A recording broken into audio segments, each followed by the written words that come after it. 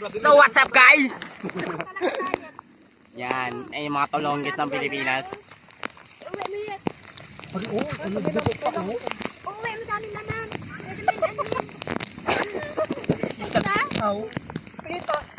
Uwi nga ni Bayan ay. Diba, sarap maligo. Lingon-lingon na sila guys. Ayan yung pagpag sa Manila, yung kinakain ng mga sa squatter. Sayang talaga. Doon sa pagpag. Di ba lamig na baga? Oh, iuwi mo na yan. Iuwi mo na yan. Pag yan. Dami laman.